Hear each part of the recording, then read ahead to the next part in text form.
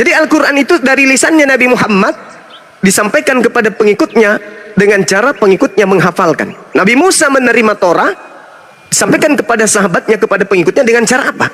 Gelap, PLN, mati lampu. Menghafal saja. Tadi kan soalnya di awal tadi saya diskusi dengan Nito Nora ini kan tentang apa, kita beragama ini bukan hanya mengimani, tapi kita juga harus kritis juga gitu ya. Kita harus pakai akal juga gitu. Nah artinya sama lah, misalnya kayak saya tadi dibilang hanya mengimani, tidak memakai akal begitu kan. Nah sama aja berarti kalau misalnya teman-teman umat muslim itu diminta hanya menghafal saja gitu. Nah itu pertanyaannya Bang, kenapa tidak diajarin saja cara membaca yang benar dan tepat itu seperti apa, supaya tidak keliru, supaya tidak timbul penafsiran-penafsiran yang berbeda-beda gitu. Nah iya, jadi gini saudara, justru ini yang terjadi di Islam. Setiap umat Islam yang lahir wajib hukumnya mereka paham tentang aksara Quran, wajib. Bahkan mereka dalam kandungan ibunya sudah mulai bacakan Quran tuh kepada mereka. Begitu mereka besar, lahir, udah bisa berkata A, B, C, D, maka asupan pertama secara rohani kepada anak-anak Islam itu adalah qiraatul Quran, bacaan Quran. Inilah keunggulan umat Islam itu. Sedangkan kalau di Kristen, mohon maaf nih, orang yang sekolah STT sampai tingkat level tertinggi pun di Indonesia khususnya dihitung jari yang bisa membaca bahasa Yunani kitabnya. Kalaupun ada Bang, kalaupun ada, itu bahasa Indonesia yang diyunanikan, bukan original teks dari akarnya. Berbeda dengan umat Islam. Ketika umat Islam kemudian diajarkan Al-Quran, dari kecil mereka kemudian paham dan sudah mendarah daging bacaan itu pada dirinya. Makanya susah untuk dimurtadkan. Kalaupun ada murtad, bacaan Qurannya tidak akan hilang. Kenapa? Karena salah satu bukti bahwa kitab itu adalah benar-benar kalam ilahi, adanya daya tarik kepada akal, kepada hati sanubari manusia. Itu bukti bahwa dia berasal dari Sang yang Maha Pengasih lagi Maha Penyayang. Kalimat-kalimat di dalamnya akan memiliki daya magnet tersendiri kepada yang mengimani. Bagaimana dengan saudara-saudara Kristen? Saya udah puluhan tahun dengan sahabat Kristen. Ketika saya tanya, apa kata mereka? Oh, kami bukan umat penghafal. Ini bukan masalah umat penghafal atau tidak penghafal. Ini masalah kecintaan terhadap kitab suci kita. Kalau kita cinta kepada yang kita punya, maka sejatinya ada di kepala, disimpan. Bagaimana seorang laki-laki mencintai seorang wanita, duduk diingatnya, baring diingatnya, berjalan diingatnya, bahkan tidur pun masuk ke dalam mimpinya. Itu karena cinta. Lah orang Kristen pendeta berkhotbah masih pakai ini, masih pakai buku, pakai catatan-catatan. Apologet Islam justru lebih hafal Bible.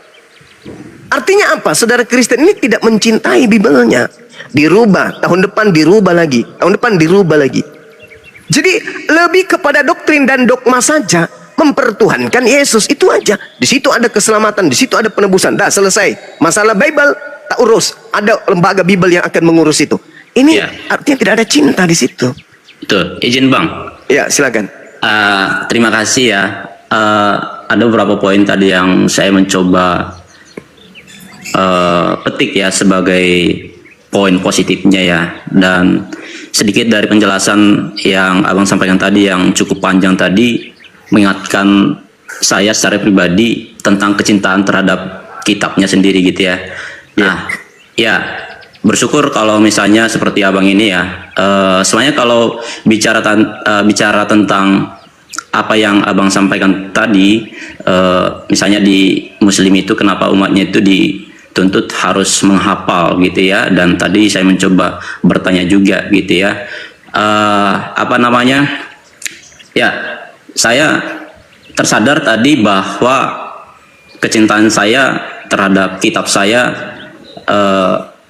belum sepenuhnya gitu ya, dalam artian memang sebagai umat Kristen harusnya sih setiap umat itu sudah harus membaca keseluruhan isi daripada kitab itu sendiri, mulai dari Kejadian sampai dengan kitab terakhir ya, Wahyu ya. Nah mungkin barangkali masih banyak yang seperti saya yang belum sampai sejauh ini menjalankan itu. membaca keseluruhan isi kitab itu gitu ya. Nah mungkin itu menjadi ya pengingat lah gitu ya bagi saya atau mungkin barangkali juga bagi teman-teman Kristen gitu ya.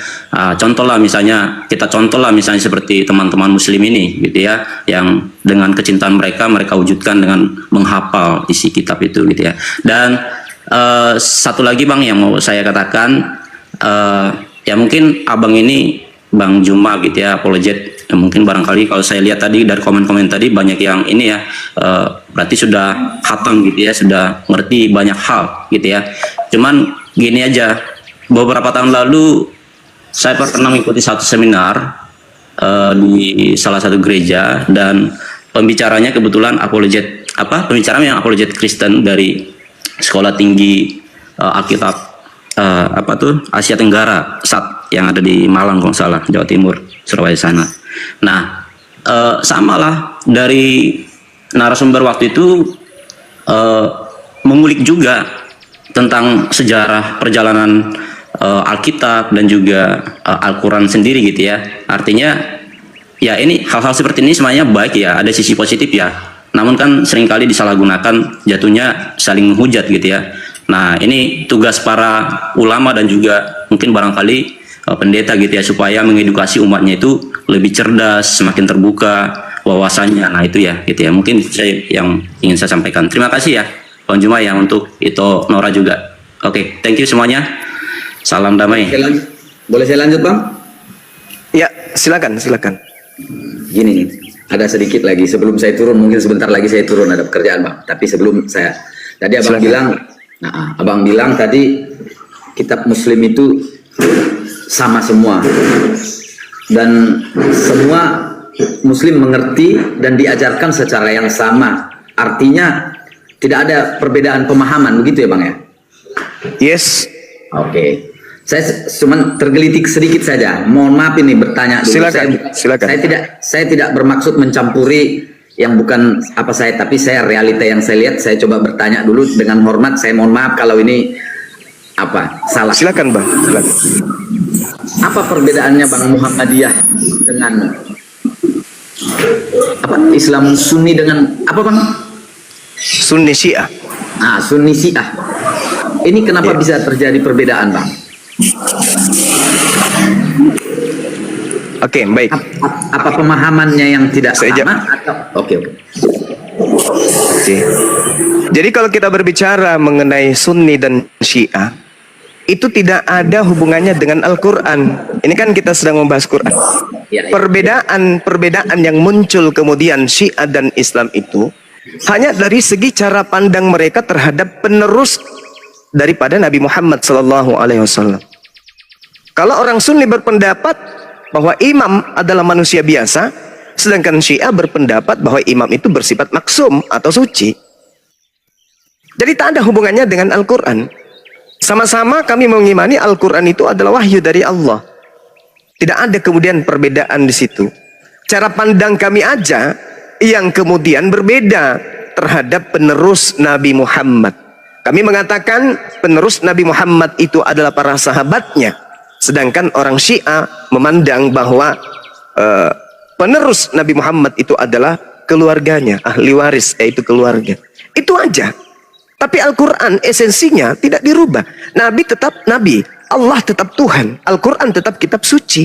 Cara pandang aja yang berbeda. Berbeda dengan, saya nggak usah ke sebelah. Silakan, ada lagi yang lain. Gini Bang, saya mau mencari jalan tengah sih rencananya. Gimana ya, saya tidak ingin memprovokasi, tapi saya mau mencari jalan tengah karena saya kadang tergelitik melihat orang-orang yang sering menghujat satu sama lain, kayaknya nggak elok gitu ya Bang ya. Abang setuju nggak kalau orang saling menghujat? Nggak setuju kan pastinya kan? Iya, jelas itu dilarang. Di Islam juga dilarang menghujat. Di agama Abang juga dilarang toh. Nah, makanya saya bilang begini, kalau menurut saya mungkin antara Kristen dengan Islam saya bilang ya, yang Islam ya. Mohon maaf ini. Kalau menurut saya hanya cara pandang saja yang berbeda Bang. Kalau memang bukan cara pandang yang berbeda, bisa jadi seperti tadi di awal sedikit yang saya sebutkan Muhammad, bukan Adam yang di Al-Quran dengan Adam yang di Alkitab mungkin beda, Bang. Karena begini, kenapa dasar saya bilang begitu gini? Karena saya dengar apologet Kristen berkata Isa bukan Yesus. Tapi di sebagian pihak berkata Yesus itu Isa. Dan faktanya sejarah Yesus dengan sejarah Isa yang di Muslim sangat jauh bertolak belakang, Bang. Sangat jauh bertolak belakang. Jadi kadang saya merasa perdebatan ini nggak ada titik temunya. Karena apa? Objek yang dibahas tidak sama. Tapi narasinya disamain gitu, Bang. Nah, itulah jadinya timbul apa tadi, Bang? Apa namanya tuh? Saling istilahnya itu mencari titik lemah ya satu sama lain ya. Pada Boleh saya bicara, Lay Simatullah? Gitu tadi kan. Boleh saya bicara, Lay? Ya, silakan, Lay. Makanya saya bilang, nggak usah kita main potong-potong. Yang lain tadi bicara saya diam kan, kayak gitu. Bang Juma juga begitu kayaknya. Sepaham ya Bang Juma ya? Iya, lanjut Bang, lanjut. Itu yang saya maksud. Jadi menurut saya, terkadang kita ini terlalu ambisi membenarkan diri. Oke lah, itu hal yang wajar. Tapi menurut saya ini objeknya beda, hanya narasinya disama-samain, Bang. Gimana menurut Abang? Coba. Oke, baik. Siap. Jadi gini, saudara. Sebenarnya yang berseteru itu Islam dan Yahudi. Kristen ini kan, mohon maaf nih, mohon maaf. Ya. Itu ada di tengah-tengah kemudian.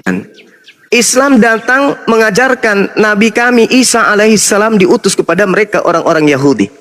Tapi orang Yahudi menolaknya. Penolakan Yahudi ini kemudian terhadap Nabi Isa melahirkan konsep dari orang-orang Parisi, bagian dari orang-orang Yahudi yang menolak Nabi Isa. Lahirlah agama Kristen dengan seperangkat ajaran yang Kristen usung hari ini. Al-Quran ketika datang mengajarkan ya ukhta Harun makana abukim ra'asa wa makanat ummuki bagian. Wahai Maryam, ayahmu bukan seorang yang buruk perangai dan ibumu bukan seorang perempuan pesina. Fa asyarat ilaihi qalu kaifa nukallimu man kana fil mahdi sabiya. Maka Maryam menunjuk kepada anaknya kemudian lalu berkata kepada anaknya, lalu berkatalah orang-orang Yahudi pada masa itu, bagaimana mungkin kami bisa berbicara kepada anak kecil yang masih dalam ayunan? Nabi kami langsung menjawab dari ayunan, Inni Abdullah, wahai kalian yang menuduh ibuku sebagai pesina, aku ini adalah hamba Allah, atani alkitab wa ja'alani nabiyyan. Aku diberi kitab dan Tuhanku menjadikan aku sebagai seorang nabi.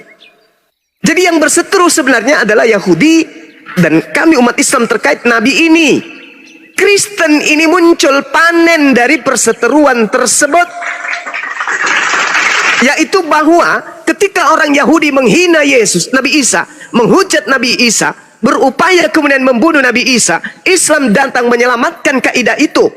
Islam mensucikan Yesus atau Nabi Isa dari tanggapan orang-orang kafir bahwa beliau tidak dibunuh oleh orang Yahudi, melainkan beliau Nabi yang lahir suci di tengah-tengah Bani Israel tanpa ayah, diangkat oleh Allah naik ke langit.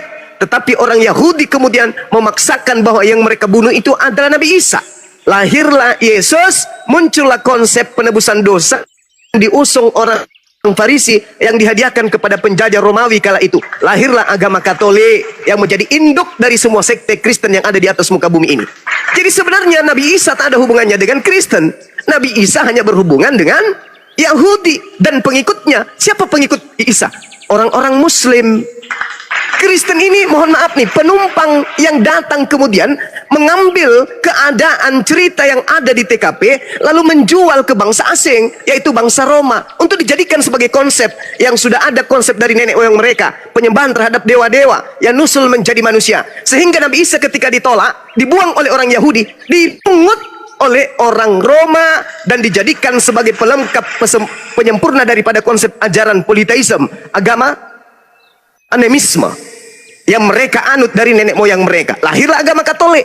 Tak ada hubungannya. Jadi kalau Al-Quran datang kemudian meluruskan tuduhan orang-orang Yahudi terhadap Nabi Isa alaihissalam. Sedangkan kalau Nabi Isa turun hari ini Di belakang Nabi Isa ada umat Islam, di belakang Nabi Isa ada Yesus, ada Kristen. Orang Kristen berseru, Yesus. Oknum tersebut tidak akan berbalik, karena itu bukan namanya. Tapi ketika umat Islam berteriak, Isa, pasti dia balik. Makanya dalam Matius 7:22 nomor 7:22 nomor 23, enyahlah daripadaku, aku tidak mengenal kalian. Kalian semua adalah pembuat kejahatan. Siapa itu? Orang yang memanggil Yesus, orang yang bernubuat, mengusir setan, bermujizat pakai nama Yesus. Yesus tidak mengenal kalian. Itu tertulis sendiri dalam kitabnya. Al-Quran juga menjelaskan, wa idza husyiran nasu kanu lahum a'da wa kanu bi ibadatihim kafirun. Itu tidak kemudian salah dalam Al-Quran. Sama dengan Bible. Coba Anda telah lagi diri saudara-saudara. Perintah siapa Anda menyembah Yesus? Perintah siapa Anda ibadah minggu? Perintah siapa Anda makan bar? Perintah siapa Anda mengibadahi Yesus? Perintah siapa Anda ke gereja? Perintah siapa merasulkan Paulus? Perintah siapa mengkitabkan Roma, Galatia, Filipi? Perintah siapa? Tidak ada satupun berasal dari Yesus. Karena kenapa? Sejatinya Kristen ini hanya digunakan oleh orang-orang Farisi untuk melanjutkan ajaran mereka yang kemudian disambut baik oleh kekuasaan Romawi pada masa itu. Maka resmilah pada abad keempat, agama Katolik menjadi agama resmi kekaisaran Romawi. Tak ada hubungannya dengan Yesus yang kami sebut Nabi Isa alaihi salam.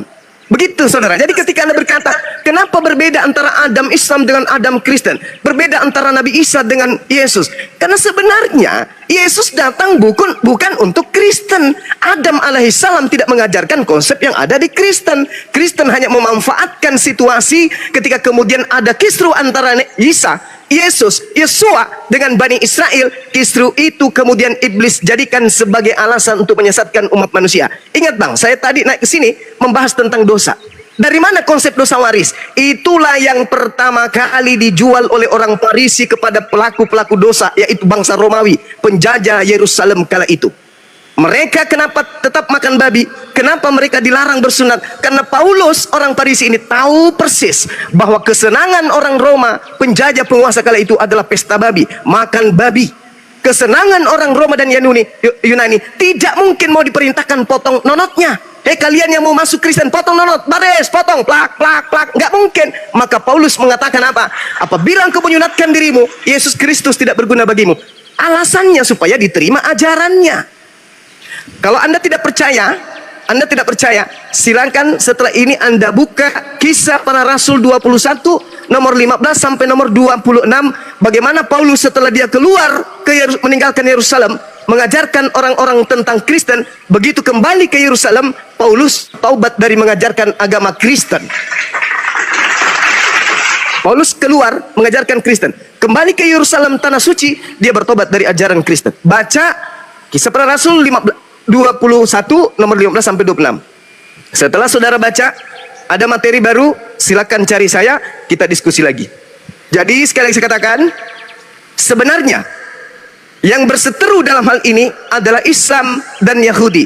Apa perseteruannya? Wahai Yahudi, wahai Bani Israel, kenapa masa itu kamu tolak Nabi kami yang datang kepada kalian, yang diutus spesial untuk kalian? Ya Bani Israel, inni rasulullahi ilaikum. Nabi Isa kami berkata kepada kalian, wahai Bani Israel, sesungguhnya aku ini adalah utusan Allah kepadamu, berkesesuaian dengan hasil penyelidikan seorang yang menulis buku Matius. Matius 15 nomor 24. Aku Yesus diutus hanya kepada domba yang hilang dari umat Israel. Wa isqala Isa bin Maryam, ya Bani Israel, inni rasulullahi ilaikum.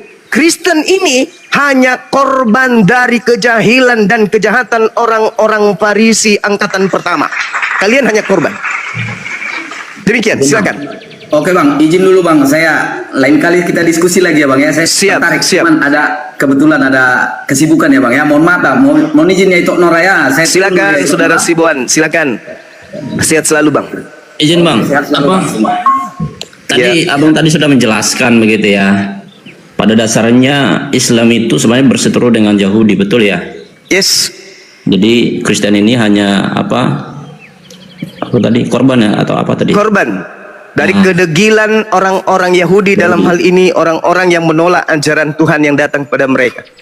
Terus memang saya secara pribadi melihat betul-betul konsep keimanan orang Kristen dan Islam itu betul-betul sangat jauh berbeda memang. Jadi kalau kita bicara tentang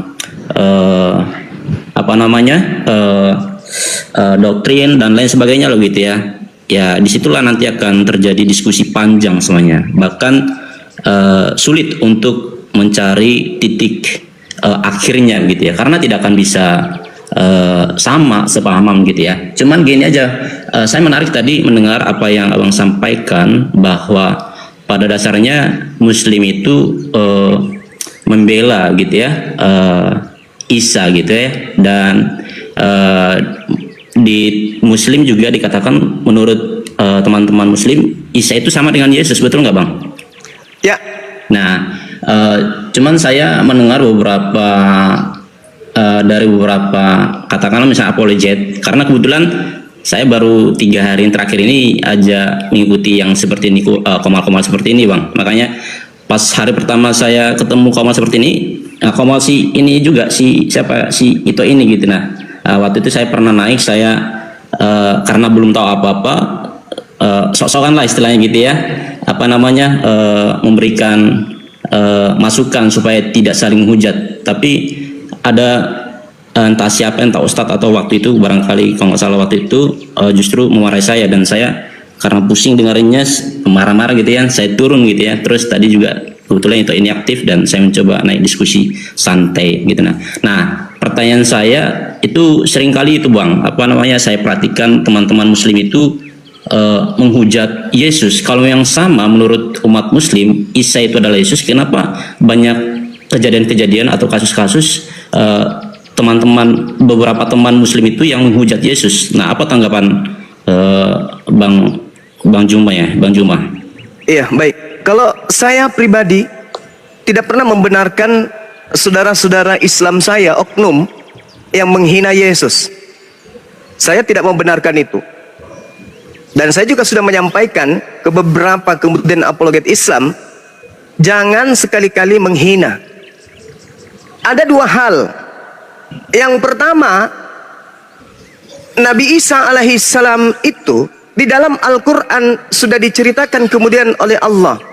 Wa minhum ummiyuna la ya'lamuna al-kitaba illa amaniya wa inhum illa yazunnun.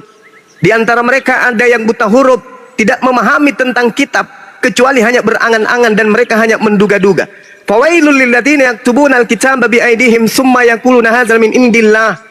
Celaka orang-orang yang menulis kitab dengan tangan mereka sendiri, kemudian berkata ini dari Allah dengan maksud untuk menjualnya dengan harga murah. Artinya ketika Al-Quran menarasikan lebih lanjut di dalam Al-Quran bahwasanya orang-orang yang dimana Nabi Isa diutus mengganti perintah dengan perintah yang lain. Fabaddala alladziina zalamu qawlan ghairal ladzi qila lahum fa anzalna 'alal ladziina zalamu rijzam minas samaa'i bima kanu yafsukun. Lalu orang-orang saling mengganti perintah dengan perintah lain yang tidak diperintahkan kepada mereka kemudian. Artinya memang ketika Nabi Isa alaihissalam datang di tengah-tengah Bani Israel, ada orang jahil, ada orang zalim, ada orang fasik yang merubah pengajaran Nabi Isa alaihissalam, sehingga muncullah konsep yang kami hari ini sebut sebagai konsep Kristen. Makanya Al-Quran mengatakan, laqad kafaral ladzina qalu, kafirlah orang yang berkata bahwa Allah itu adalah salah satu dari 3. Siapa ini? Kristen. Berarti siapa yang dimaksud di sana? Nabi Isa alaihissalam. Berarti yang dimaksud di sini adalah Yesus. Jangan menghina Yesus. Tidak boleh. Karena di situ ada keterkaitan daripada apa yang diterangkan oleh Al-Quran terkait dengan Nabi Isa alaihissalam. Nah, yang kedua, kalau orang Kristen mengatakan ditampar, diseret, diludahin, ditonjok, ditelanjangin, digantung, dibunuh, dikuburkan, itu bukan Nabi Isa lagi. Yang keluar pada hari ketiga dari kubur, yang berkata, kepadaku telah diberi kuasa baik di surga maupun di langit, pergilah jadikanlah seluruh bangsa menjadi muridku, itu bukan Nabi Isa lagi, itu bukan Yesus. Ya. Yang berkata akulah Alfa dan Omega, itu bukan Nabi Isa lagi, itu bukan Yesus. Jadi ada dua, Nabi Isa yang adalah Nabi Isa yang adalah Yesus, yang dikatakan dalam Ibrani 3 nomor 1, Yesus adalah rasul dan imam besar, itu adalah Nabi Isa alaihissalam. Yesus berkata utusan Allah, utusan Tuhan, itu adalah Nabi Isa alaihissalam. Tapi ketika bercerita tentang yang ditampar, disalib, dibunuh, itu bukan Nabi Isa, itu bukan Yesus. Tapi orang yang menggantikan Yesus, orang yang menggantikan Nabi Isa alaihissalam. Apalagi yang datang kepada Paulus, akulah Yesus yang kau aniaya. Itu bukan Yesus dan itu bukan Nabi Isa alaihissalam. Jadi ada dua hal. Ya, izin Bang. Seperti itu Bang, silakan. Oke, ya, saya sudah menarik sih titik poinnya gitu ya, yang Abang jelaskan tadi, bahwa ya balik lagi memang ke imannya gitu ya, bahwa apa yang dikatakan pemahaman beberapa saya sebagai orang imam, orang awam misalnya orang Kristen gitu ya, ya saya juga jujur termasuk salah satu yang mengatakan bahwa Yesus yang ada di Alkitab dengan Isa yang ada di umat Muslim itu jelas berbeda. Ini pendapat saya pribadi Bang ya. Iya. Dan teman-teman Muslim misalnya mengatakan bahwa Nabi Isa di dalam Islam dengan Yesus yang ada di Kristen sama. Tetapi ada satu yang menjadi penyebab sehingga yang teman-teman Muslim misalnya tidak terima dengan istilahnya itu konsep gitu ya, ketuhanan yang ada di dalam Yesus yang tidak bisa diterima oleh teman-teman Muslim. Teman-teman Muslim kan menyatakan bahwa Yesus itu adalah utusan, betul ya? Iya, betul. Nah disitulah semuanya. Jadi balik lagi ke yang saya bilang tadi, memang inilah tugas para ulama, tugas para pendeta, pastor supaya mengedukasi umatnya lebih benar, supaya tahu kebenaran yang sesungguhnya gitu. Nah, jadi itu yang mau saya sampaikan gitu Bang. Terima kasih untuk sharing-sharingnya ya. Terima kasih. Iya, baik.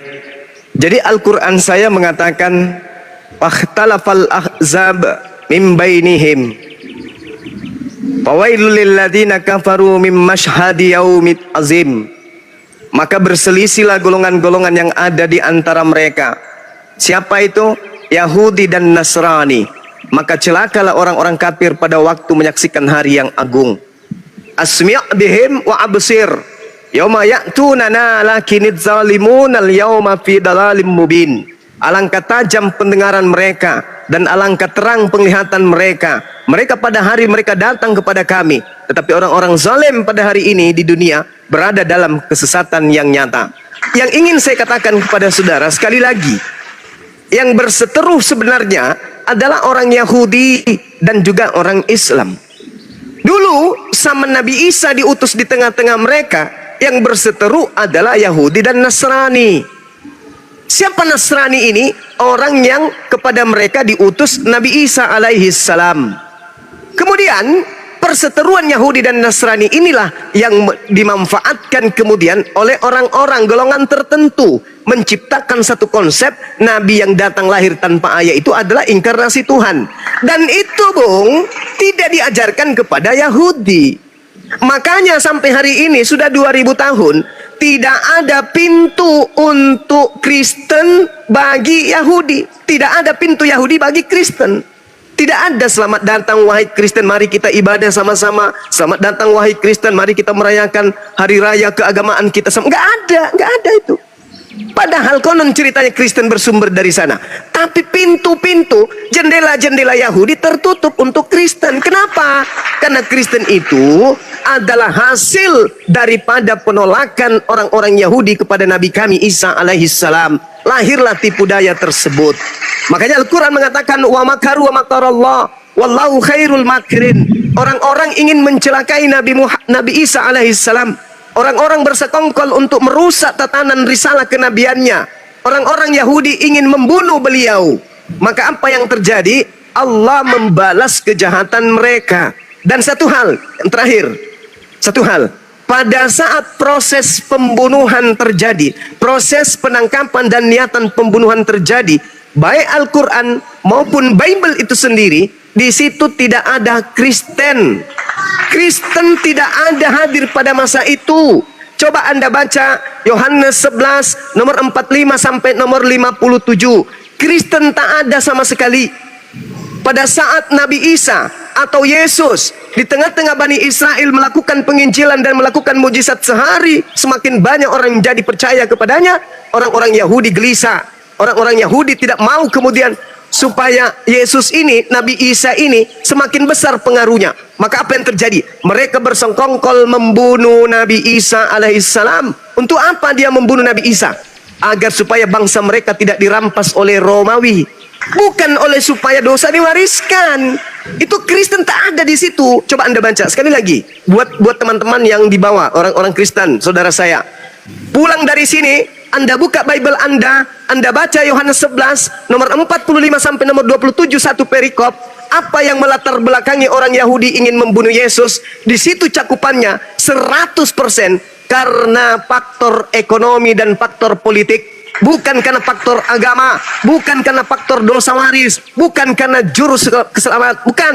Tetapi semata-mata ingin dibunuh oleh karena faktor ekonomi dan politik. Orang-orang Yahudi kalau membiarkan Yesus terus-menerus berkuasa, maka orang Roma dan Yunani akan datang merampas tempat suci mereka dan merampas bangsa mereka. Karena itulah kemudian mereka sepakat untuk membunuh Yesus. Nah, tragedi berlanjut. Mereka berkongko-kongko. Matius 26 nomor 4, nomor 59, Markus 14 nomor 1 dan seterusnya. Mereka sepakat membunuh Yesus. Yohanes 11 nomor 53 disebabkan karena mereka dengki. Matius 27 nomor 18. Lalu kemudian karena kesepakatan ini Yesus harus mati. Sementara Yesus tidak punya kesalahan. Apa yang mereka lakukan? Tipu muslihat mereka susun. Kesaksian palsu mereka rencanakan supaya mencelakai Yesus. Nah, itu yang terjadi. Tidak ada dosa waris, tidak ada. Oleh karena kesepakatan itulah ingin membunuh Yesus, maka Allah yang Maha Suci lagi Maha Tinggi yang mengutusnya menyelamatkan dia, mengangkat dia naik ke langit. Maka Allah membalas kejahatan mereka. Yang mereka bunuh adalah orang lain. Orang lain inilah yang dijadikan kemudian oleh Kristen sebagai Tuhan. Ah, itu cerita lain. Cerita tentang Kristenan adalah cerita di luar pagar Yahudi. Itu cerita yang dibangun sendiri Kristen. Yahudi punya cerita, dia harus membunuh nabi ini karena dia tidak mau bangsanya dirampas Romawi. Kristen punya cerita, nabi ini harus mati demi dosa-dosa Kristen. Berbeda. Itu sangat berbeda antara langit dan bumi. Silakan. Oke, izin Bang. Silakan.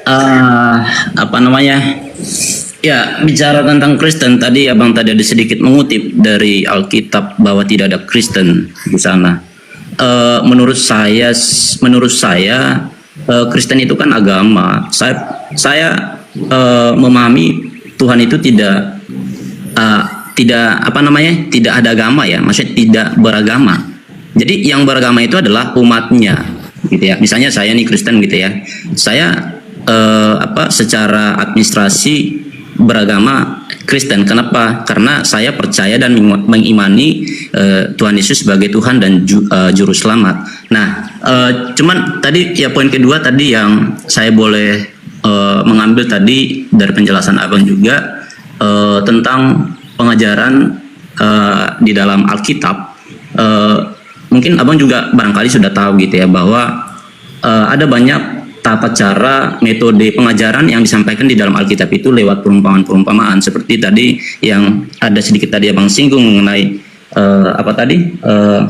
bila di pipimu ditampar sebelah kiri gitu ya dan seterusnya itu ya, seperti yang Abang bilang tadi gitu ya. Itu adalah bagian dari perumpamaan cara metode pengajaran yang ada di dalam Alkitab gitu ya. Nah, saya melihat ada banyak orang yang mencoba menyalahgunakan gitu ya. Maksudnya mencoba mempintir sehingga penafsirannya menjadi salah. Nah, yang mau saya sampaikan adalah ya balik lagi sih kayak kita gitu ya. Kalau memang kita percaya bahwa kita punya Tuhan, ya udah imani dan lakukan apa yang menjadi misi Tuhan di dalam hidupmu itu. Nah, sebagai orang percaya kepada Tuhannya sendiri, ya udah imani apa yang Tuhanmu sampaikan. Lakukan hal-hal yang baik itu, jauhi yang menjadi larangan-larangannya itu, gitu kan.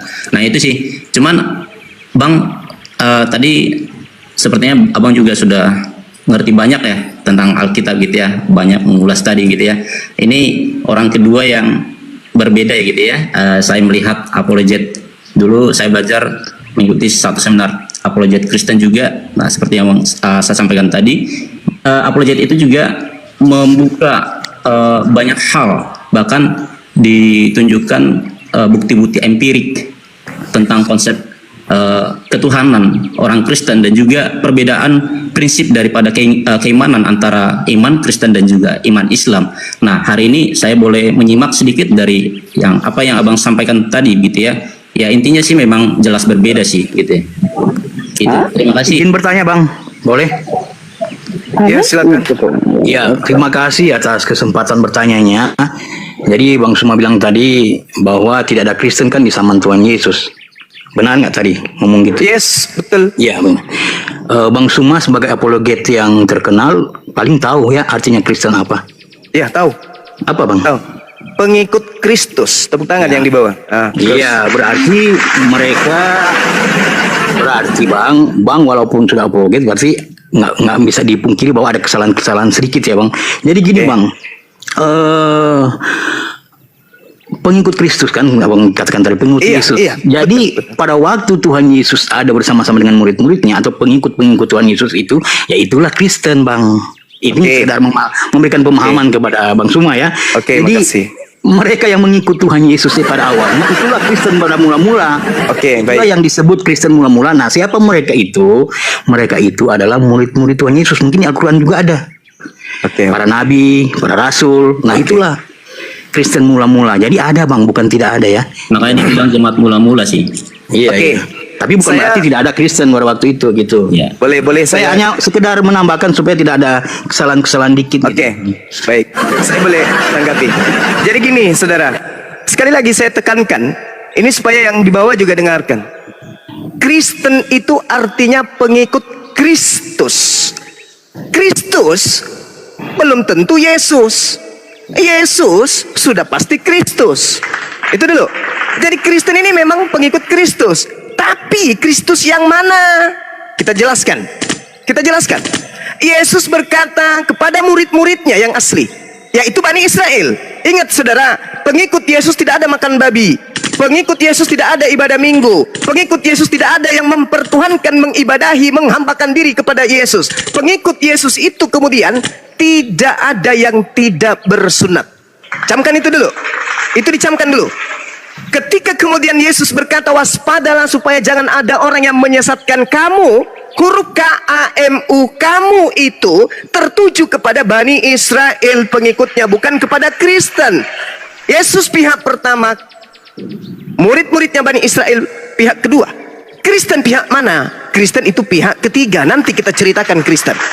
Yesus berpesan kepada pihak kedua, waspadalah supaya jangan ada orang yang menyesatkan kamu, sebab banyak orang akan datang dengan memakai nama Yesus dan berkata, akulah Mesias, akulah Kristus. Saya ulang, waspadalah supaya jangan ada orang yang menyesatkan kamu, sebab banyak orang yang akan datang dengan memakai namaku dan berkata, akulah Kristus. Dan mereka akan menyesatkan banyak orang. Jadi Yesus berbicara kepada orang Yahudi, wahai orang Yahudi pengikutku, waspadalah, sebab akan banyak penyesat datang dengan memakai nama Yesus dan berkata, akulah Kristus. Kita lihat Kejadian 11 nomor 26. Di Antioquia, Paulus setahun lamanya di sana, murid-murid Paulus disebut Kristen.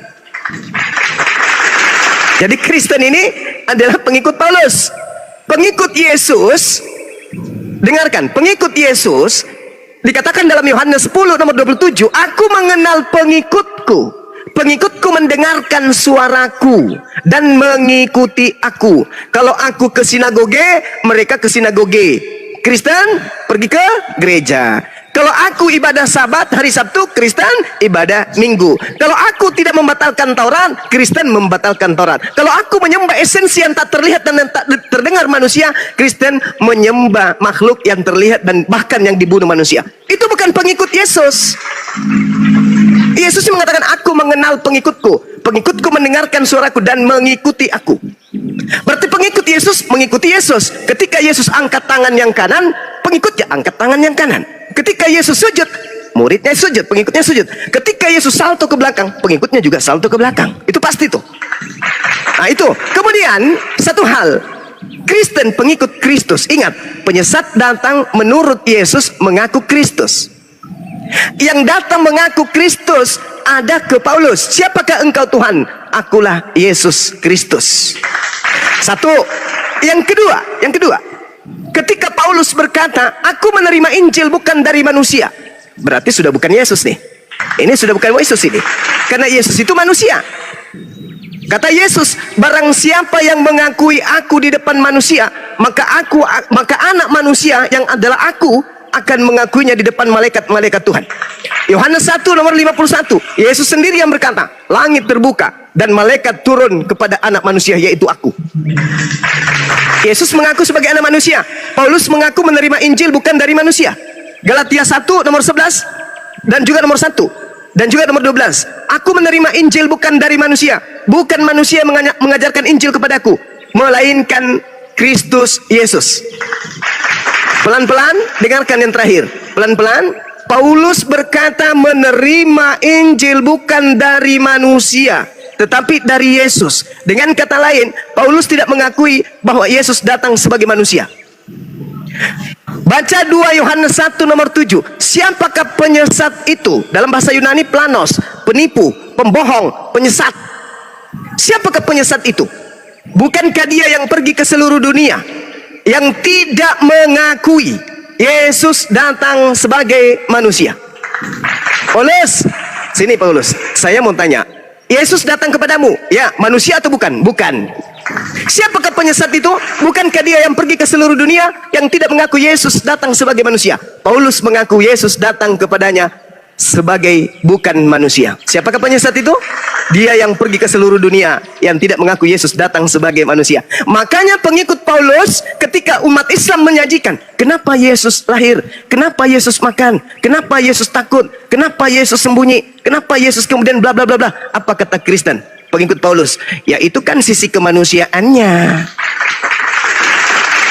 Mana sisi ketuhanannya? Ketika dia datang berkata kepadaku telah diberi kuasa baik di langit. Itu sisi ketuhanannya. Padahal Kristen yang pengikut Paulus ini ketika digelitik dengan kita sajikan data Paulus, Yesus itu manusia, apa kata mereka? Itu 100% manusia, 100% Tuhan. Kenapa? Karena Kristen menggabungkan antara Yesus yang asli dengan Yesus yang palsu. Yesus palsu mana? Matius 24, nomor 4, nomor 5, nomor 23, sampai nomor 27, sampai nomor 30 malah. Apa kata Yesus? Sebab Yesus palsu dan nabi-nabi palsu akan datang dan akan melakukan mujizat yang banyak, sekiranya mungkin menyesatkan orang-orang pilihan dan orang yang banyak. Matius 24, nomor 24. Yesus sendiri mengatakan akan ada Yesus palsu. Lukas 21 nomor 8. Waspadalah kepada penyesat yang datang kepadamu dengan memakai nama Yesus dan berkata, akulah dia. Waktunya sudah dekat, jangan kau percaya. Makanya ketika Paulus datang, Markus datang, Yohanes datang, penulis Matius datang, penulis Petrus datang, penulis Kisah Para Rasul datang, penulis kemudian daripada kitab Yohanes datang ke Yahudi, mengajarkan bahwa kami ketemu dengan Yesus di padang gurun loh, kami ketemu Yesus di dalam bilik loh, kami ketemu Yesus ketika kami nyebrang ke lautan sana loh. Orang Yahudi percaya? Tidak, karena mereka sudah menerima pesan dari Sang Yesus yang betul. Jangan kau percaya ketika ada orang berkata ada Yesus di padang gurun, ada Yesus dalam bilik. Jangan kau percaya, sebab aku Yesus datang kedua kalinya nanti di akhir zaman seperti kilat yang menyambar dari timur dari dan sampai ke barat. Demikianlah tata cara kedatanganku yang kedua. Jadi kalau anda yang berkata aku bertemu Yesus di padang gurun, aku bertemu Yesus dalam bilik, jangan kau percaya. Yang datang kepada mereka itu adalah Mesias palsu. Nah, Kristen adalah pengikut Kristus. Kristus yang mana? Kristus yang palsu. Demikian. Iya, makasih Bang. Ya, sama-sama. Sekedar menambahkan ya memanglah kalau dilihat-lihat dari hampir semua sih apologet gitu sih, agaknya mereka kurang fair dengan Paulus. Karena kita tahu sendiri bahwa memang Paulus ini itu sebenarnya adalah orang yang kejam, orang yang mencari pengikut-pengikut Tuhan Yesus pada waktu itu. Tapi karena dia diubahkan oleh Tuhan dan bertobat, makanya sebaliknya. Kalau Paulus tidak bertobat, habis orang Kristen di dunia ini. Tapi karena dia bertobat karena dia bertobat, makanya banyak orang Muslim yang nggak suka sama Paulus ini. Ya, itu ya mungkin ya sekilas ya. Baru dikatakan kenapa Paulus tidak mengatakan bahwa dia tidak mendengar sendiri dari manusia, melainkan dari Allah sendiri. Iya, dia memang mengatakan demikian karena ya jelas karena Yesus adalah firman Allah itu sendiri. Jadi Allah itu sendiri, bukan manusia biasa. Artinya Yesus itu firman Allah sendiri. Boleh dilihat dalam Yohanes 1 ayat 1. Jadi benar-benar Yesus itu adalah firman Allah itu sendiri. Jadi benar-benar dari Allah sendiri. Makanya dia bilang bukan dari manusia saja. Dia mendengarkan bukan dari manusia tapi dari firman Allah. Itu ya perlu digarisbawahi bahwa Yesus itu adalah Tuhan itu juga yang firman Allah itu sendiri. Oke, Itu boleh dilihat dalam Yohanes 1 ayat 1. Itu mungkin bisa ditambahkan jadi berikan pemahaman. Baik, saudaraku saya Kenapa hargai. kami tidak mengikuti baptisan ya sunat? Karena sunat itu sudah diganti dengan baptisan bagi orang Kristen sekarang. Ya. Karena saya melihat sih semua kebanyakan dari perjanjian lama ya. Kalau kami itu perjanjian lama itu telah disempurnakan dengan kematian Tuhan Yesus. Wah, Makanya kami sekarang mengikuti perjanjian lama dan perjanjian baru. Baik. Sunat dengan kuasa Allah Bapa, Allah Anak dan Allah Roh Kudus. Itulah sunat kami. Dan kalaupun kita mengikuti tradisi sunat dari Yahudi sana ya, mereka sunat itu aturannya itu 8 hari, bukan semua orang yang mengikuti sunat gitu. Jadi saya juga mau bertanya, ini aturan dari siapa ya orang Muslim itu menyunatkan diri? Padahal aturan sebenarnya menyunatkan diri itu di Gantian panjang. Oke Bang, saya menghargai penjelasan saudara ya. Sebagai seorang Kristen, dengan penjelasan saudara ini semakin menguatkan bahwasanya memang saudara ini pengikut Kristus saudaraku ini, tapi Kristus yang bukan Yesus. Coba aja kemudian Anda menarasikan barusan itu, apa yang Anda narasikan? Narasi-narasi yang dibangun dari ajaran di luar ajaran Yesus yang asli. Saya masuk kepada penjelasan saudara. Saudara saya ini mengatakan Paulus itu tadinya orang berdosa, berusaha membunuh. Seandainya tidak bertobat maka habis orang Kristen. Alamak, Kristen itu ajaran Paulus setelah bertaubat. Tidak ada Kristen sebelumnya, nggak ada. Kristen tak ada. Pengikut Yesus itu pemelihara Sabat. Tidak makan babi, tidak makan anjing, tidak ibadah minggu, tidak mengibadahi Yesus. Mereka itu wudhu ketika ingin masuk ke bait suci, ke Mikdas. Mereka itu mandi tahir, mereka mandi junub setelah mereka bersetubuh. Tidak seperti saudara Kristen. Dan tidak boleh kemudian orang Roma, orang Yunani masuk ke bait suci tempat Yesus beribadah. Haram hukumnya. Tidak boleh. Bahkan masuk ke kota Yerusalem aja haram hukumnya. Kristen itu masuk ke sana. Mana dalilnya? Yesaya 52 nomor 1. Tidak boleh orang Kristen masuk ke kota Yerusalem, kota Kudus. Tidak boleh. Mana dalilnya? Orang Kristen tidak boleh masuk ke rumah ibadahnya, tempatnya Yesus mengajar. Di dalam Yesaya 44 nomor 6, nomor 7, nomor 8, nomor 9. Haram hukumnya orang Kristen, Roma, Yunani masuk ke tempat suci. Tidak boleh. Jadi bagaimana mungkin pengikut Yesus ada dari Kristen? Maksudnya Yesus menjelaskan di dalam bait suci, Kristennya 2 km dari tempat suci duduk gitu mendengarkan. Nggak mungkin. Nggak mungkin. Jadi tak ada Kristen di situ, Bang. Nggak ada Kristen. Nah, kembali kepada tema. Paulus bertaubat lalu menjadi seorang rasul. Saya bacakan apa yang dikatakan Paulus, nubuatan Yesus tentang Paulus. Arahkan pandangan Anda ke Matius 12. Data 38 sampai data 45. Saya baca pelan-pelan. Pada waktu itu berkatalah beberapa ahli Taurat dan orang Farisi kepada Yesus, "Guru, kami ingin melihat suatu tanda daripadamu." Orang Farisi, ahli Taurat, minta kepada Yesus, "Berikan tanda kepada kami." Apa jawaban Yesus kepada orang Farisi? "Angkatan jahat dan angkatan tidak setia ini menuntut satu tanda. Tetapi kepada mereka tidak akan diberikan tanda selain tanda Yunus. Sebab seperti Yunus tinggal 3 hari dalam perut ikan, 3 hari 3 malam. Demikian juga anak manusia akan tinggal dalam rahim bungu 3 hari 3 malam. Ini tanda angkatan jahat." Artinya pada hari ketiga bagi angkatan jahat ada kebangkitan. Ini tanda untuk angkatan jahat. Nah, kemudian terkait dengan pertobatan Paulus, baca nomor 43 sampai 45. Apabila roh jahat keluar dari manusia, ia pun mengembara ke tempat-tempat tandus dan mencari penghentian, tetapi ia tidak mendapatnya. Lalu si roh jahat ini berkata, aku akan kembali ke rumah, ke orang yang tadinya bertobat. Maka pergilah si roh jahat dan mendapati orang yang bertobat tadi dalam keadaan bersih, tersapu dan rapi teratur. Lalu roh jahat tadi keluar kembali dan mengajak 7 roh lain yang lebih jahat daripadanya. Dan mereka 8 roh jahat ini masuk dan berdiam kembali kepada orang yang bertobat. Masuk dan kembali 8 roh jahat ke dalam orang yang sudah bertobat tadi. Maka akhirnya, dengarkan pelan-pelan, keadaan orang yang bertobat itu jauh lebih buruk daripada keadaannya semula. Dengarkan, demikian juga akan berlaku atas angkatan jahat ini. Jedar. Jadi orang Ya, makasih Bang. Ya, penjelasannya. Jadi mungkin tanggapan lagi dari saya begini Bang. Saya ingin bertanya, Abang Suma sudah ke Israel? Sudah ke Israel? Silakan. Sudah pernah ke Israel Bang Suma? Sudah ke Saya belum pernah ke Israel, belum. Oh, makanya Bang Suma nggak tahu. Maaf Bang, jadi kalau kita ngomong itu harus dengan faktanya. Iya, apa Kalau yang seorang terjadi di apologet, Israel? saya Sudah sarankan pindah.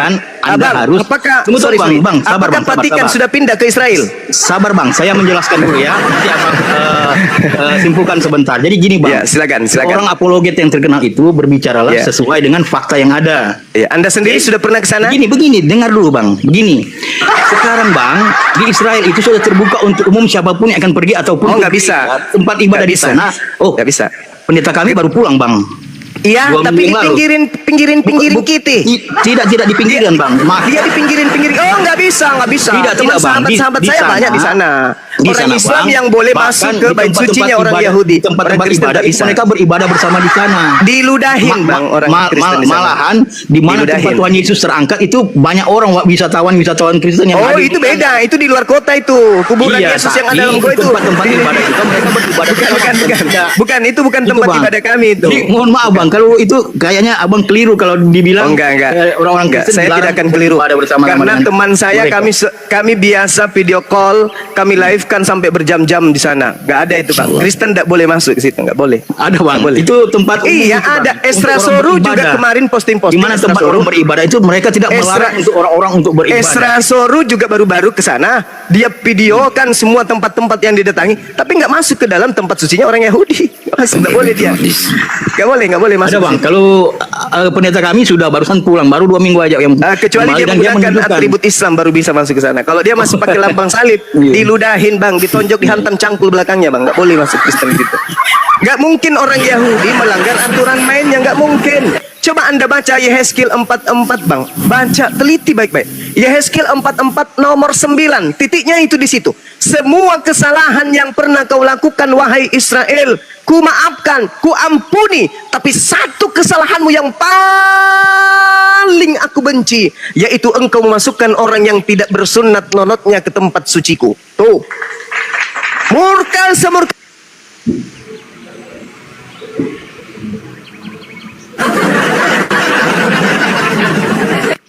Kok di mute? Salah Bukan tekan. di mute. Salah Bang tekan. Sumanya kemana? Enggak. Bang Suma kena tombak. Hilang. Nah, tombak, Masya Allah. Aduh. Kadang-kadang nih, aduh. Saya tunjukkan sedikit ya. Saya tunjukkan sedikit ya. Iya, saya di sini Dinda. Saya di sini Dinda. Iya, itu Bang Juma juga. Usir dulu itu. Nih, Partai Yahudi menyerukan umat Kristen diusir dari Israel. Nah, ini.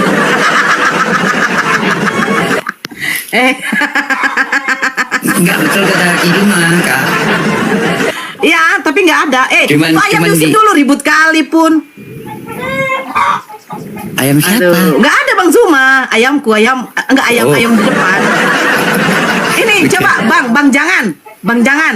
Partai Yahudi menyerukan umat Kristen diusir dari Israel ini cemana ini? Iya, apa isinya? Hah? Ya itulah justru kan. Nah Diusir. inilah. Oh, Iya, nih. menyerukan bukan berarti sudah menjadi Oke, aturan. oke. Dengar. Menyerukan bukan berarti sudah menjadi aturan Diam mereka. dulu makanya iya diam dulu loh. Nih dengar. Dengar ya, saya ulang lagi ya. Kamu ngerti bahasa Inggris? Para pemimpin Katolik memperingatkan potensi penganiayaan. Diam dulu. Majelis Ordinaris Katolik Tanah Suci menerbitkan sebuah pernyataan pada hari Senin mengungkapkan kekhawatiran para pemimpin pemerintah Israel yang akan datang terlalu cepat umat Kristen harus diusir ini. Di mana Nabi Yusuf? Di kota sucinya. Alah. Di mana di situ dikatakan Yusuf? Saya bacakan ya, saya bacakan. Sebentar, Bang Zuma. Lanjut ya, mana? lanjut. Saya juga mau ibadah dulu sebentar. Silakan. Assalamualaikum Oke, Maki. oke. Ya, waalaikumsalam warahmatullahi wabarakatuh. Islam kalau nggak nifu nggak makan lah kali. Udah mulai ini. Aduh. Mulai ini. Nora, kemarin kau dapat ini donasi, kenapa nggak kau jumpa itu Polda? Udah dipanggil lu loh, takut lu ya. Udah selesai Belum. Udah selesai ya. Udah selesai. Udah selesai. Buat lain lapor. Diam Ini dulu. kenapa namanya kok Cuma M4 dengan mat? Kenapa? dengan Nora ini itu loh. Ini katanya saya kasih berani. Bang moderator ya, Bang apa? Katanya kalian kan berani, kok pengecut? Ceweknya. Kok jadi pengecut kalian berdua cuma sama Didatangin Nora? Polda sama Kak Nora. Kenapa jadi pengecut? Enggak, ini kenapa sih? Kenapa kok Anda kok ngomong terus itu loh? Bisa diskusi nggak gitu loh? Kalau mau diskusi. Kalau mau daftar pembantu, kalau mau daftar pembantu di sini saya majikanmu. Nah, kau diem. Nah, nurut kan sama pembantu. Nurut diem dulu. Nah, gitu. Nurut sama majikan ya. Diem. Nah, pinter. Diem dulu. Kenapa pengecut? Diem dulu loh. Saya majikanmu, kau saya suruh diem. Kau saya suruh diem.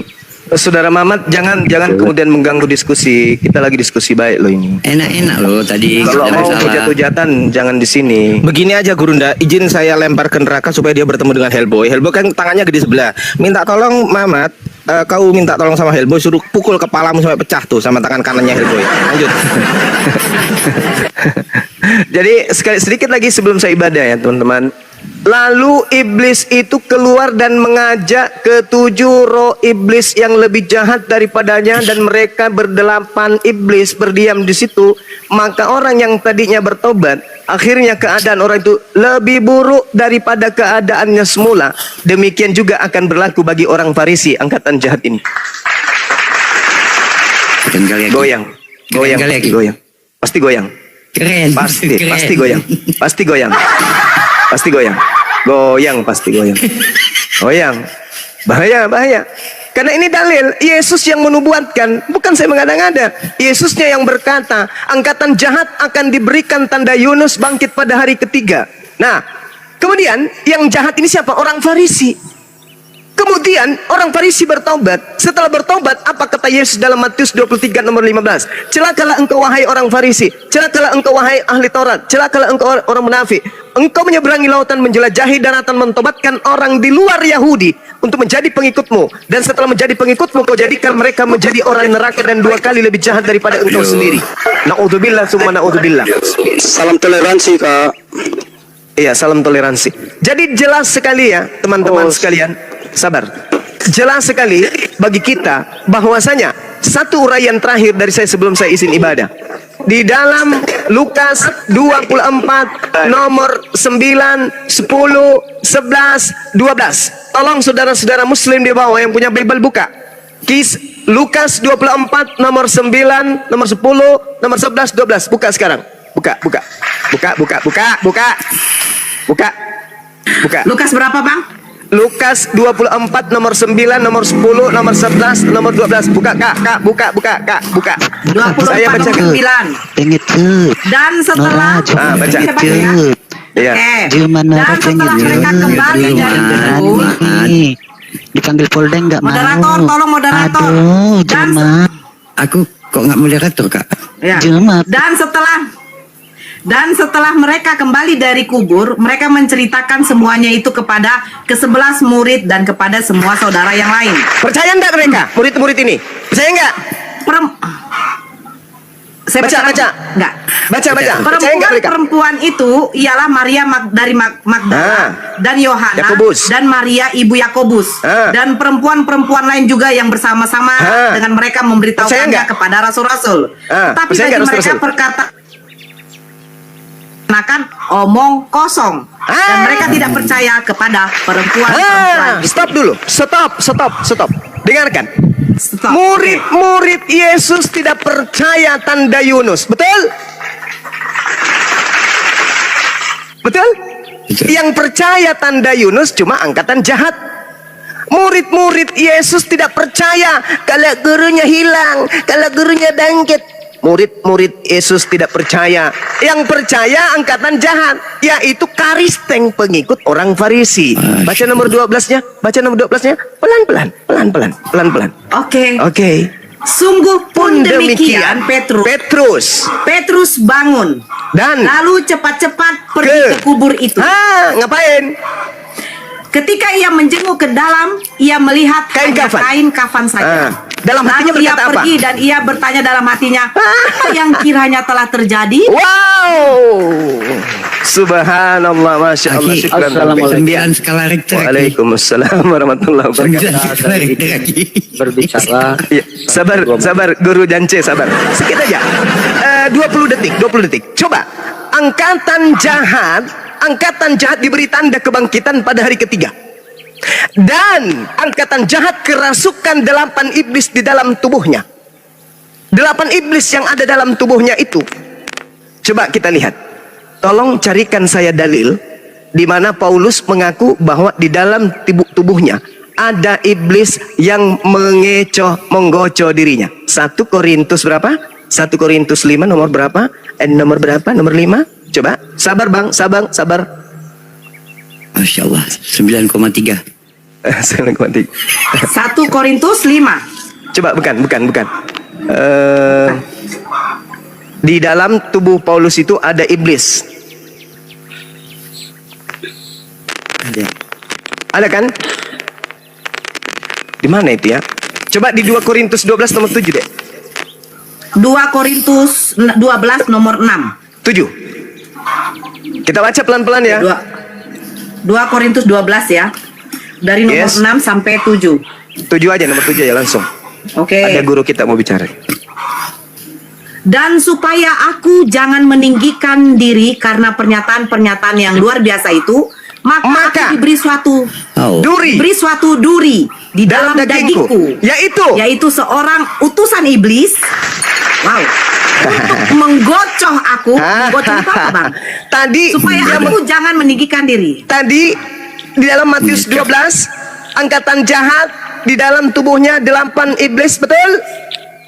Dan percaya kepada kebangkitan hari ketiga, betul? Dan Paulus mengaku dalam dirinya ada iblis, Betul sekali.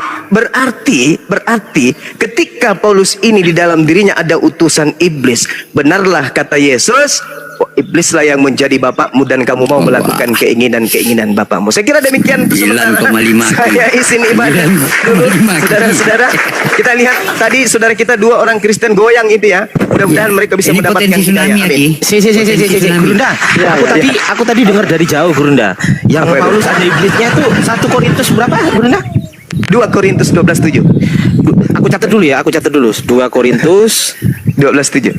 2 Korintus Iya, aku 12 baru tahu juga. nomor Makanya aku screenshot 7. langsung. Paulus ada iblisnya itu ya, Gurunda ya. Yang Paulus ada iblisnya. Bang, Terus yang Bang apa? tadi Gurunda Suara kipas. yang angkatan Suara kipas. mereka nggak percaya angkatan tanda Yunus tuh murid-muridnya Lukas 24 nomor 9 sampai nomor 12.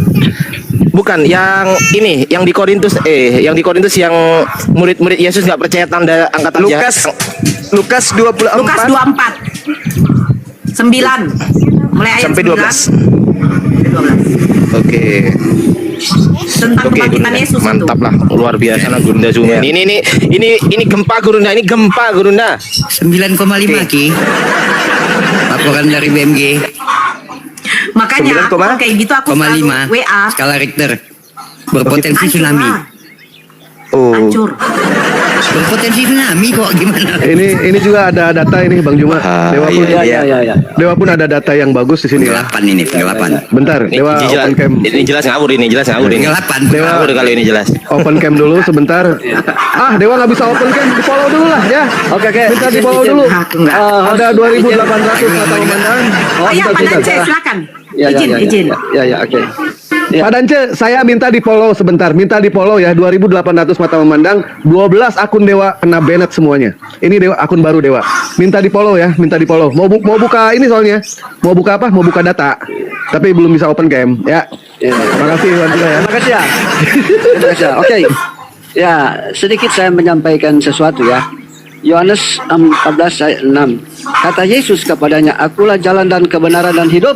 Tidak seorang pun yang datang kepada Bapa kalau tidak melalui aku. Jadi apa yang dilalui oleh Yesus itu, saya perhatiin ya, dilakukan oleh orang-orang Muslim. Saya akan tunjukkan datanya. Artinya di sini, ya, saya sebagai mualaf, saya merasa bangga. Saya menjadi seorang Muslim, telah menjadi pengikut Yesus sejati. Ya, Lukas pasal 2 ayat 21. Yesus disunat. Ya, itu dilakukan oleh orang-orang Muslim, jarang dilakukan oleh orang Kristen. Ya, Matius pasal 4 ayat 2. Yesus berpuasa 40 hari. Orang-orang Muslim juga berpuasa 30 hari. Nah, inilah suatu kebanggaan bahwa orang-orang Muslim itu Allahu Akbar. sejati. Allahu Akbar. Ya. Yohanes pasal 13. Mantap jiwa raga otot, mantap jiwa Ya, seraya. Yesus mengajarkan basuh kaki. Ya, Allah. apakah ini dilakukan oleh orang-orang Muslim? Iya, Dilakukan. orang Muslim. Waktu saya pendeta, saya jarang mengajarkan ini. Artinya mengucap syukur juga ini host ini telah menjadi Muslim. Dia telah menjalani apa yang dikehendaki oleh Bapa-nya Yesus. Lalu yang keempat, ya, Matius pasal 26 ayat 30 sampai Mantap Bang Dewa. Yesus, ia berdoa dengan cara yang Alkitabiah, dia maju lalu sujud. Dalam kitab Nehemia juga disebutkan muka menyentuh tanah. Agama apa yang melakukan ini? Hanya satu-satunya Islam. Allahu Akbar. Iya. Akbar. Lalu Mantap. selanjutnya Yohanes 17 ayat 3. Ya, mengenal Syahadat. kekal itu, mengakui Allah satu-satunya dan Yesus yang engkau utus. Ada dua hal di situ, pengakuan Allah satu-satunya dan ada yang diutus. Allah Itu juga Akbar. dilakukan oleh orang-orang yang mau mencari Allah jalan Allah yang Akbar. benar. Ya Allah. Mereka syahadat. Ya. Dan Mantap Bang Dewa. yang Bang Dewa ternyata terakhir banyak hafal ayat juga ya. Mantap Bang Dewa. Dalam Bible, dalam Bible, ya, Yesus mengalahkan maut dan dia disebutkan dalam keadaan posisi mati, dia dikafani, dibungkus dengan kain putih. Ya, Allahu Akbar, apakah Masya Allah. itu dilakukan oleh orang-orang Muslim? Ya benar. Waktu saya pendeta, jemaat saya meninggal dunia, saya beli jas, saya beli sepatu, saya beli sesuatu yang mahal. Ternyata itu tidak tertulis dalam Bible. Iya, betul. Ya Allah Bang Dewa. Oke. Ya Allah. Terakhir, Lanjut ya. Oke, saya atau sedikit mungkin- lagi. Oke, Gerunda silakan, sedikit. silakan. Saya hanya titip ke Dinda Ardiansa 1 Timotius 1 nomor 20 terkait dengan yang tadi itu di dalam 2 Korintus 12 nomor 7. 1 Timotius 1 nomor 20, di antara Hymenius dan Alexander yang Oh, telah iya, betul. kuserahkan kepada iblis. Jadi Paulus iblis. melakukan sesajen, Allah. Paulus melakukan tumbal kepada iblis. Kemudian 1 Korintus 5 nomor 5, orang itu harus kita serahkan dalam nama Tuhan Yesus kepada iblis sehingga Ya, binasa betul. tubuhnya agar rohnya diselamatkan. Bahkan Paulus juga menerangkan tentang dirinya dalam 2 Timotius 4 nomor 6, mengenai diriku, darahku sudah mulai dicurahkan sebagai persembahan. Pertanyaan saya, darah Paulus dipersembahkan kepada siapa? Tuh materi, mudah-mudahan bisa dicatat kemudian untuk didalami kembali bahwasanya angkatan jahat dan pengikutnya itu ada di tengah-tengah kita. Mereka harus kita selamatkan dengan cara kita ajari mereka, kita bimbing mereka dengan baik melalui Al-Quranul Karim dan juga pendalaman materi terhadap Bible itu sendiri. Saya izin ibadah sejenak. Wabillahi taufiq wal hidayah. Assalamualaikum.